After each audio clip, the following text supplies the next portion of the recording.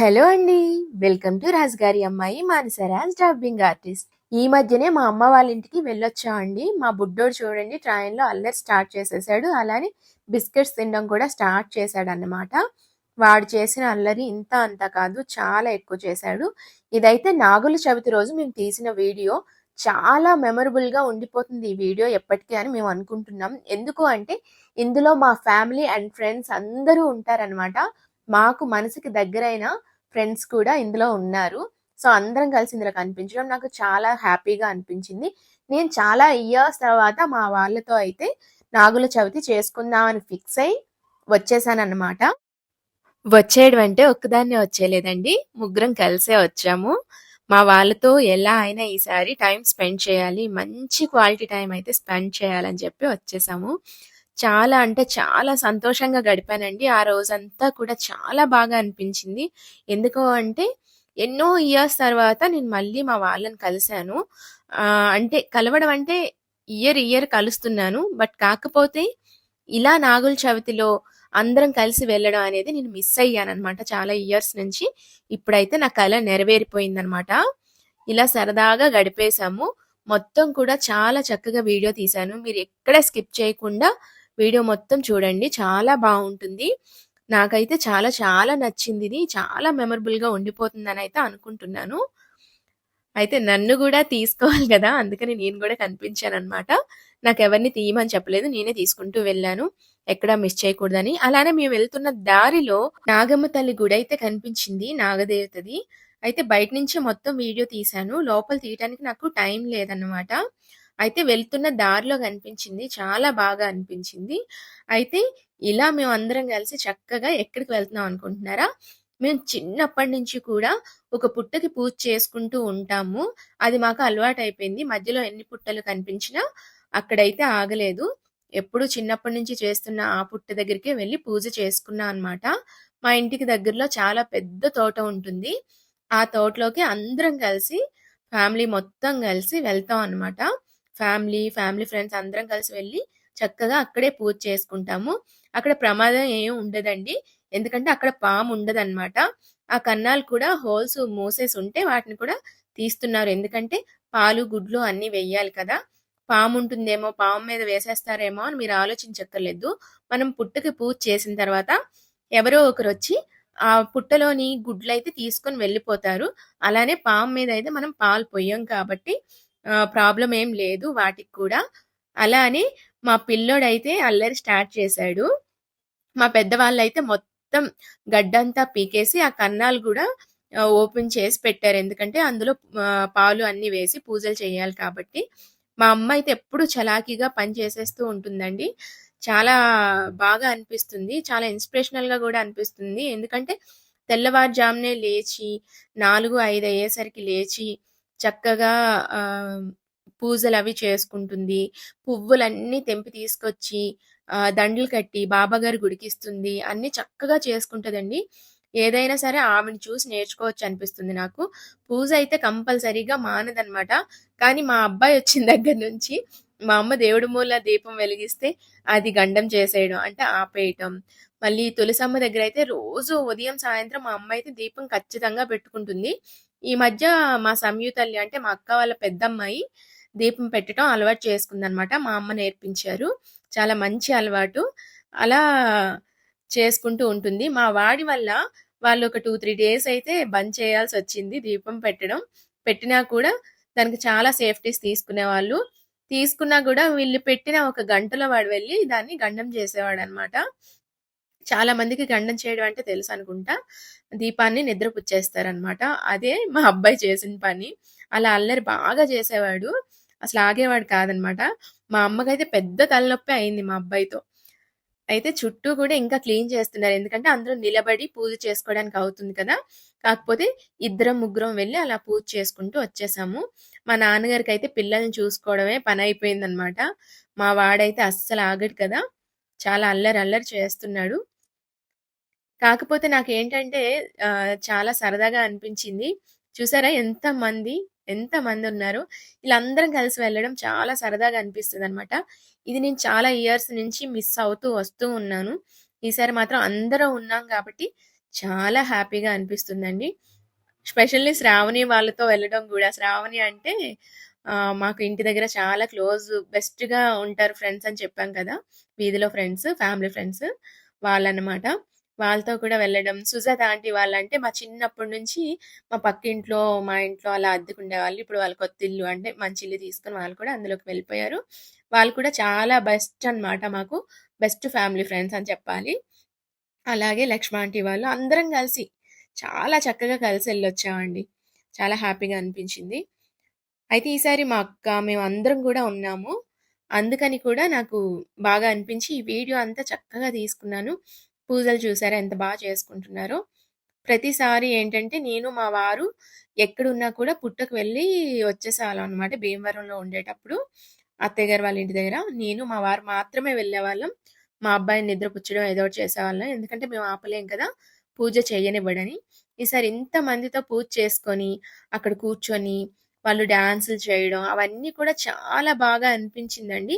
డాన్స్‌లవి నేను వీడియోస్ తీసుకున్నాను కానీ, షార్ట్ వీడియోస్‌లో మీరు చూడొచ్చు. పెట్టాననమాట. మా వాడు ముందే ఇక్కడ పుట్టకన్నానికి పూజ చేయడం స్టార్ట్ చేసేసాడు. వాడిక్కడే. అయితే వాళ్ళ నాన్నగారైతే చూడండి ఇలా పాలు పోయిస్తున్నారనమాట. నాతో అయితే గాదు. మా వాడిని పట్టుకొని క్యారీ చేయడం, ఇలా పూజలు చేయించడం గట్రా. మా నాన్నగారికి, మా వారికైతే మాత్రం అవుతుంది. వాళ్ళే ఆపగలరు వాడిని.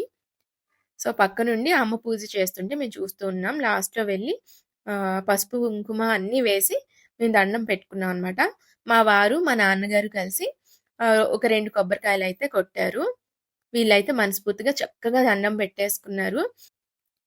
ఇలా దండం పెట్టేసుకున్న తర్వాత పుట్టవ దగ్గర పిల్లలందరూ కలిసి చిన్న చిన్న మతాబులవి వెలిగిస్తారు కదా! పాము బిళ్ళలు అని, చిచ్చుబుడ్లని అలానే వెలిగిస్తూ ఉండగా మా అంకుల్‌కి అంటే ఇందాక సుజాత ఆంటీ అని చెప్పేసి అన్నాను గదా! వాళ్ళ హస్బెండ్ అనమాట బుల్లి అంకుల్.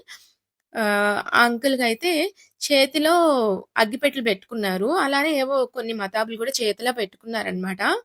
పెట్టుకొని అనుకోకుండా ఏదో వెలిగించినట్టున్నారు. అదేమైందంటే బై మిస్టేక్ ఒకటికొకటి వెలిగేసి అన్నీ కూడా సడెన్‌గా వెలగటం స్టార్ట్ అయిపోయినాయన్నమాట. క్రాకర్స్ అన్నీ చేతిలో కాలిపోయినియి.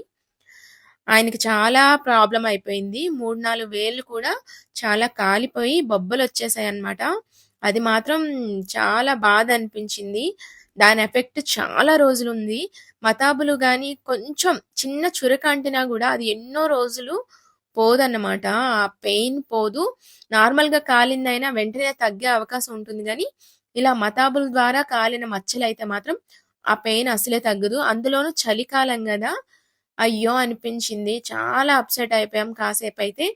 వేరే వాళ్ళైతే చాలా ఘోరంగా ఏడ్చేస్తారండి. నిజంగా చెప్తున్నా. అంత ప్రాబ్లమ్ అయింది ఆయనకి అరచేతిలో. కానీ ఆయన కాబట్టి చాలా సైలెంట్‌గా ఉన్నారన్నమాట. ఇక్కడ మా అమ్మ ఏం చేస్తున్నారంటే, పుట్టమన్ను ఉంటుంది కదా! అది తీసి బొట్టుగా పెడుతున్నారనమాట. బొట్టుగా పెడుతూ అలానే చెవులకు కూడా 2 చెవులకి చెవిరింగులు పెట్టుకునే ప్లేస్‌లో పెడతారు. చిన్నప్పటి నుంచి చూస్తున్నాం. ఎందుకు పెడతారని అడగకండి. నాకు కూడా తెలీదు. అలానే ఇదిగోండి ఈ అమ్మాయి మా సుజాత ఆంటీ వాళ్ళ అమ్మాయన్నమాట. చాలా చిన్నగా అంటే పుట్టిన కొన్ని మంత్స్ బేబీ నుంచి గూడా మా ఇంట్లోనే పెరిగింది. ఎక్కువగా మా ఇంట్లోనే ఉంటుంది. వాళ్ళ ఇంట్లో కంటే కూడా ఇప్పటికీను. మాకు కూడా అదంటే చాలా చాలా ఇష్టం.